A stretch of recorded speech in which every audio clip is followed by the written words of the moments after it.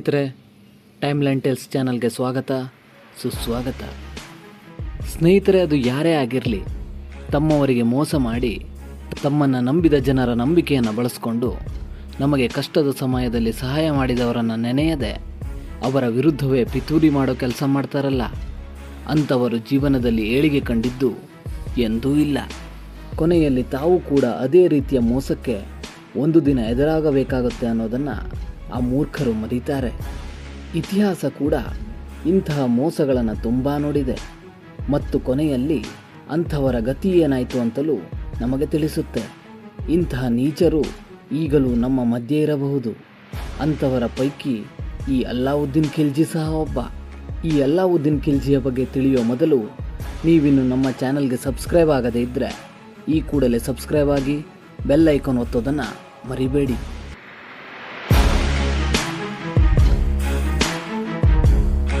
ನಿಮಗೆಲ್ಲ ಅಲ್ಲಾವುದ್ದೀನ್ ಗೊತ್ತೇ ಇದ್ದಾನೆ.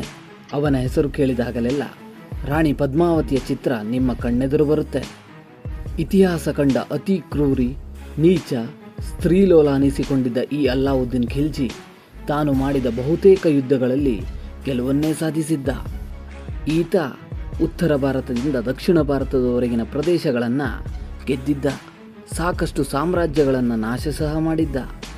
ಇಂತಹ ಅಲ್ಲಾವುದ್ದೀನ್ ದೆಹಲಿಯ ಸುಲ್ತಾನ ಆಗಿದ್ದು ತನ್ನ ಕ್ರೌರ್ಯ ಹಾಗೂ ವಂಚನೆಗಳಿಂದಲೇ. ಖಿಲ್ಜಿ ವಂಶವನ್ನು ಸ್ಥಾಪಿಸಿದ್ದು ಜಲಾಲುದ್ದೀನ್ ಖಿಲ್ಜಿ.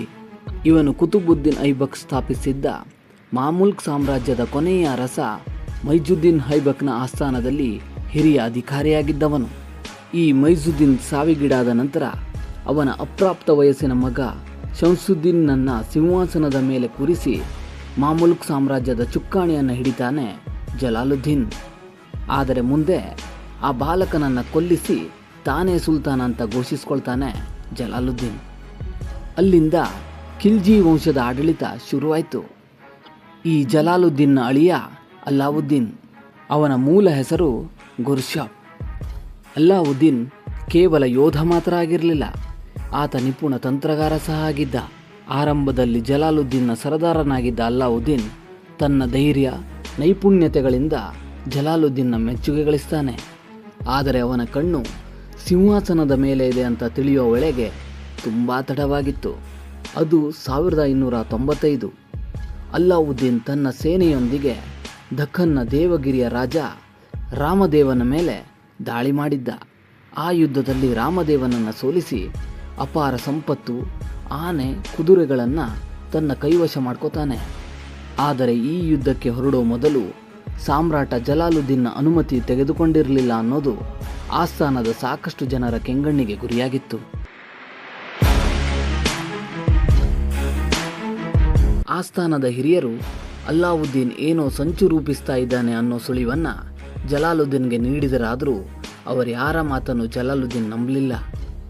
ಇದೇ ಸಮಯದಲ್ಲಿ ಜಲಾಲುದ್ದೀನ್ ಖಿಲ್ಜಿಗೆ ಒಂದು ಪತ್ರ ಬರೆದ ಅಲ್ಲಾವುದ್ದೀನ್ ತಾನು ಅಪಾರ ಸಂಪತ್ತು ಹಾಗೂ ಕುದುರೆ, ಆನೆಗಳನ್ನು ತಂದು ರಾಜನಿಗೆ ಒಪ್ಪಿಸ್ತಾ ಇದ್ದೀನಿ ಅಂತ ಬರೀತಾನೆ.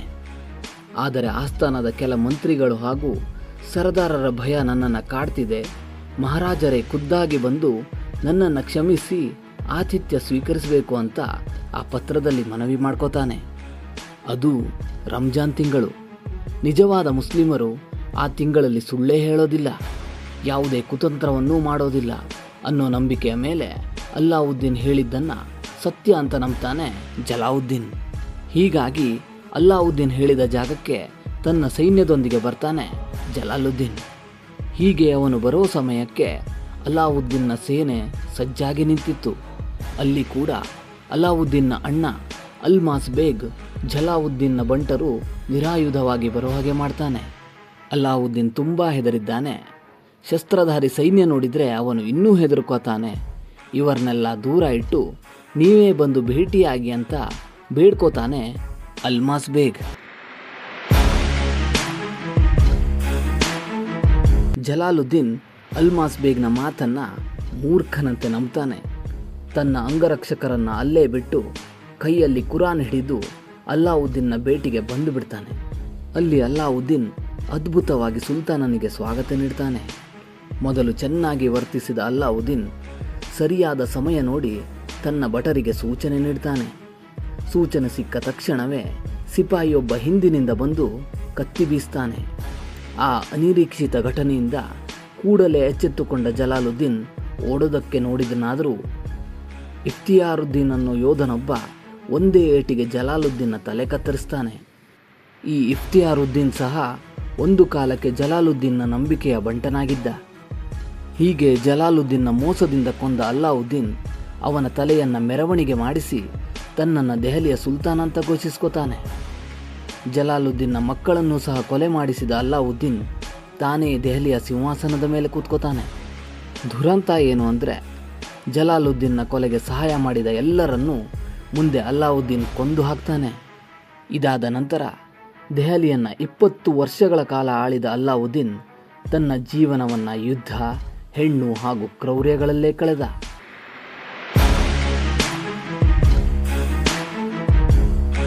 ಮುಂದೆ ಅಲ್ಲಾವುದ್ದೀನ್ ತನ್ನ ನಂಬಿಕೆಯ ಬಂಟ ಮಲ್ಲಿಕಾಫರ್ನಿಂದ ಹತ್ಯೆಗೀಡಾದ ಅಂತ ಇತಿಹಾಸಕಾರ ಮೊಹಮ್ಮದ್ ಕಾಸಿಂ ಫರಿಷ್ತಾ ಅಭಿಪ್ರಾಯಪಡ್ತಾನೆ. ಕೊಲೆ ಮಾಡಿ ವಂಚನೆಯಿಂದ ಸಿಂಹಾಸನ ಏರಿದ್ದ ಜಲಾಲುದ್ದೀನ್ ಖಿಲ್ಜಿ ಅದೇ ರೀತಿಯ ವಂಚನೆಗೀಡಾಗಿ ಸಾವನ್ನಪ್ಪಿದ್ದ. ಹಾಗೆ ಅಲ್ಲಾವುದ್ದೀನ್ ಖಿಲ್ಜಿಯ ಸಾವು ಕೂಡ ತನ್ನ ನಂಬಿಕಸ್ಥ ಬಂಟನಿಂದಲೇ ಸಂಭವಿಸಿತ್ತು.